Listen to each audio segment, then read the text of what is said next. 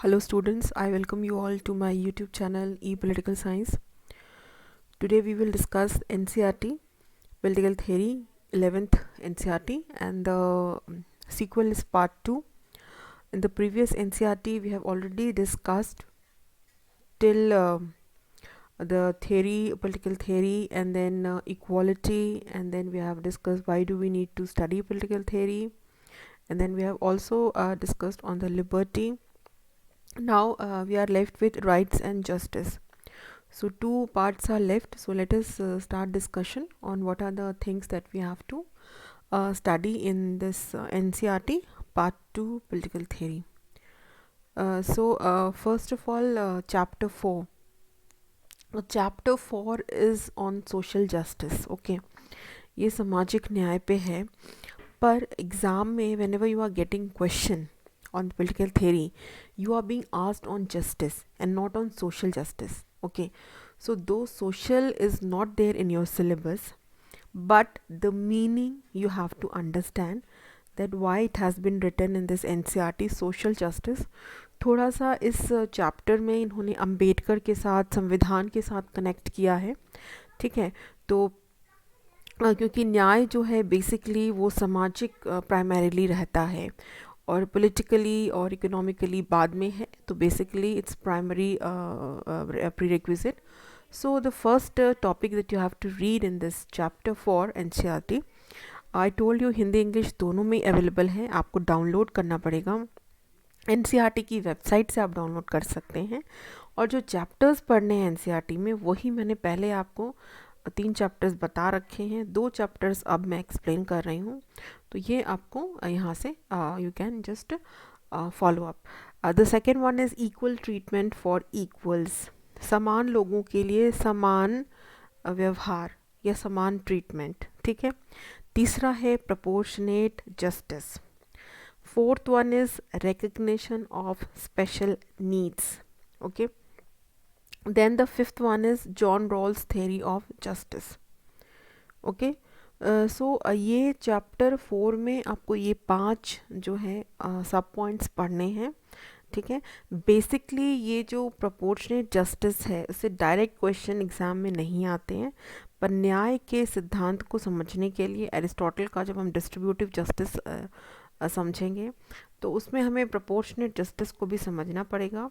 And then the recognition of special needs, then why there is a differential needs जो है कि justice में भी क्या हम फॉर्मेलिज्म करेंगे या हमें उसमें अनौपचारिक जो है न्याय उसको फॉलो करना पड़ेगा, जिसे हम सब्सटैंटिव जस्टिस भी कहते हैं. तो basically that you have to read in your this syllabus.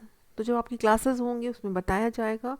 ये वीडियो आपको हेल्प करेगा कि आप इस चैप्टर के अंदर क्या क्या पॉइंट्स पढ़ेंगे और क्यों पढ़ेंगे, कि किस तरह से वो आपके सिलेबस में आपको हेल्प करता है.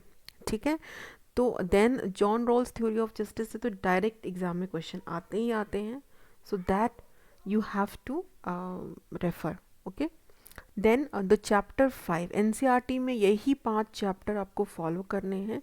पहला मैंने बताया था आपको पॉलिटिकल थ्योरी वाला जो पार्ट है इंट्रोडक्शन, दूसरा लिबर्टी, तीसरा इक्वालिटी और चौथा ये जस्टिस और फिफ्थ में ये राइट्स. सो इसमें you have to go for what are rights, basic idea what are rights. Then where do rights come from. ठीक है. अधिकार कहाँ से आते हैं, यानी अधिकार का सोर्स क्या है.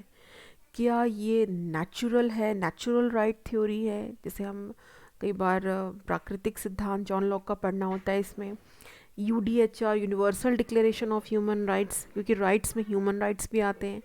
तो क्या अगर हम ह्यूमन राइट्स की बात करें तो वो एक सार्वभौमिक घोषणा पत्र से फ्लो करता है. तो ये सारा कुछ NCERT में दिया हुआ है. Then the third thing is legal rights and the state.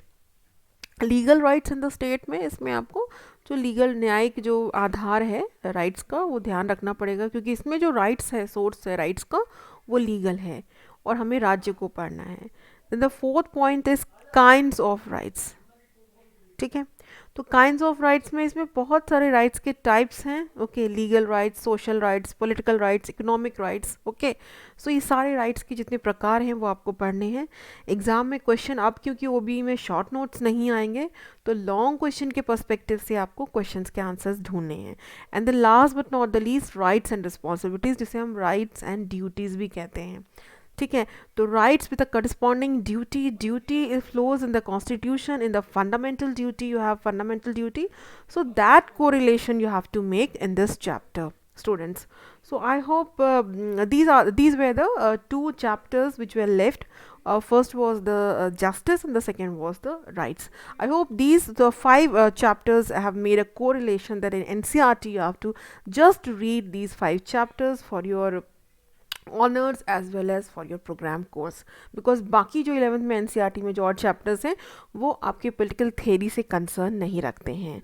So if you have any doubts, any queries, any suggestions regarding this video, you please put your comments and do mail me also. So and if you like it, do like this and subscribe this channel for your further updates. Okay. So thank you all students. God bless you. Have a nice day. Thank you.